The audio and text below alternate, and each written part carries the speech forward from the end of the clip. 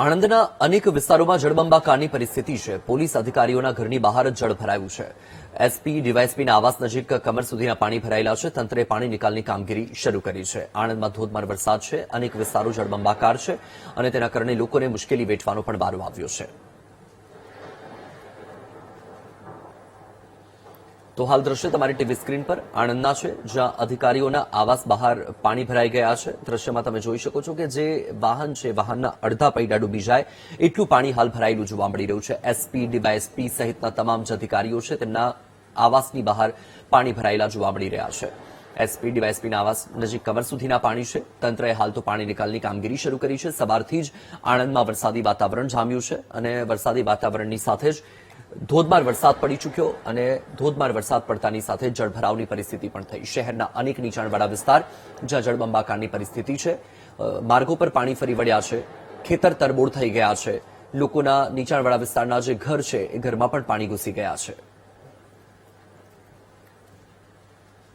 આણંદ શહેરમાં વહેલી સવારથી જ પડી રહેલા મુસળધાર વરસાદને પગલે આણંદ શહેરમાં જનજીવન પ્રભાવિત થયું છે। મહત્વની વાત એ છે કે આણંદ જિલ્લા પોલીસ વડા અને નાયબ જિલ્લા પોલીસ વડાની જે રહેણાંક મકાન છે તે મકાનમાં પાણી ભર્યા છે। આપ દ્રશ્યો મારી પાછળ જોઈ શકો છો કે આ જે મકાન છે તે મકાન નાયબ પોલીસ અધિક્ષકનું છે, સાથે સાથે જિલ્લા પોલીસ વડાનો પણ સાથે જ બંગલો આવ્યો છે અને આ બંગલામાં આપ જોઈ શકો છો કે કેર સમાણા પાણી ભરાયા છે। હાલ જે પાણી છે તે ઓસરવાનું નામ નથી લેતા અને બીજી તરફ વરસાદ પણ પુનઃ ધીમી ધારે શરૂ થયો છે, ત્યારે જે પાણી છે તે પાણી બંને બંગલાઓમાં ભરાયા છે। હાલ જે પરિસ્થિતિ છે તે પરિસ્થિતિ ખૂબ જ વિકટ લાગી રહી છે, કારણ કે જે વરસાદ છે તે અવિરત ચાલી રહ્યો છે અને જે પાણી છે તે ઓસરવાનું નામ નથી લેતા। ત્યારે આ જે વરસાદનો કહેર છે ક્યાં સુધી યથાવત રહે છે તે જોવું રહ્યું। Ghanshyam Patel, VTV news, Anand.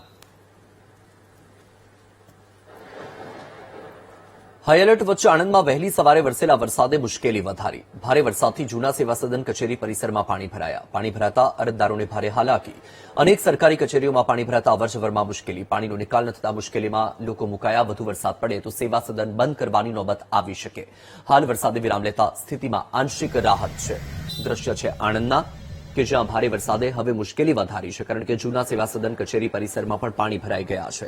પરિસ્થિતિ એટલી વિકટ થઈ ગઈ છે કે પાણી ભરાઈ ગયા છે, જેના કારણે અરજદારોને તો મુશ્કેલી પડી ગઈ છે, પણ તેની સાથે સાથે હવે આ જે કચેરી છે, આ જે સેવા સદન છે બંધ કરવાની નોબત આવે તેવી પણ સંભાવના છે। જો કે હાલ તો વરસાદે વિરામ લીધો છે, તેના કારણે આંશિક રાહત અનુભવાઈ રહી છે, પરંતુ ફરીથી જો વરસાદ શરૂ થાય અને ફરીથી ધોધમાર વરસાદ પડે તો આ સેવા સદન બંધ રાખવી પડે તેવી નોબત આવી શકે।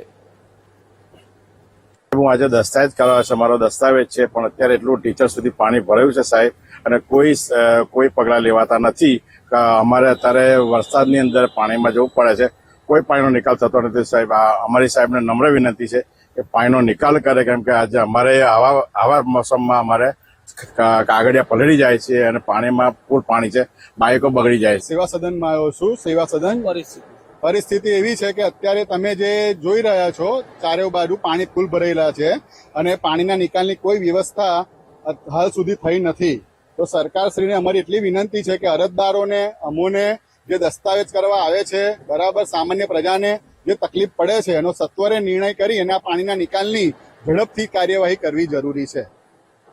આણંદ જિલ્લામાં આજે રેડ એલર્ટ તંત્ર દ્વારા જાહેર કરવામાં આવ્યું હતું અને વહેલી સવારથી જ મુસળધાર વરસાદ વરસી રહ્યો હતો। આપ દ્રશ્યો જોઈ શકો છો કે વહેલી સવારે આણંદ શહેરમાં ખાબકેલા ભારે વરસાદને લઈને જે આણંદ જૂનું સેવા સદન છે તે સેવા સદનના જે કમ્પાઉન્ડ છે તેમાં પાણી ભરાયા છે। આપ જોઈ શકો છો કે સેવા સદનના પાર્કિંગથી લઈને જે કમ્પાઉન્ડ છે, સમસ્ત જે કમ્પાઉન્ડ છે તે પાણીમાં જળબંબાકાર થયું છે।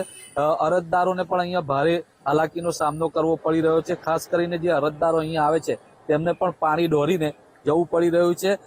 જો કે વાત કરવામાં આવે તો હાલ જે વરસાદ છે તેણે વિરામ લીધો છે, તો વરસાદે વિરામ લેતા જ હવે આ પાણી ક્યારે ઓસરશે તે પણ સવાલ છે। હજુ પણ સતત 2 દિવસ જિલ્લામાં હાઈ એલર્ટ છે, ત્યારે જોવું રહ્યું કે જો વરસાદ વધુ ખાબકશે તો જે આ પાણી છે પાણી ઓસરવાના નથી, પરંતુ વધુ જળભરાવ થશે ત્યારે જે સેવા સદન છે તે ફરજિયાત બંધ કરવાની ફરજ પણ પડી શકે છે। Ghanshyam Patel, VTV news, Anand.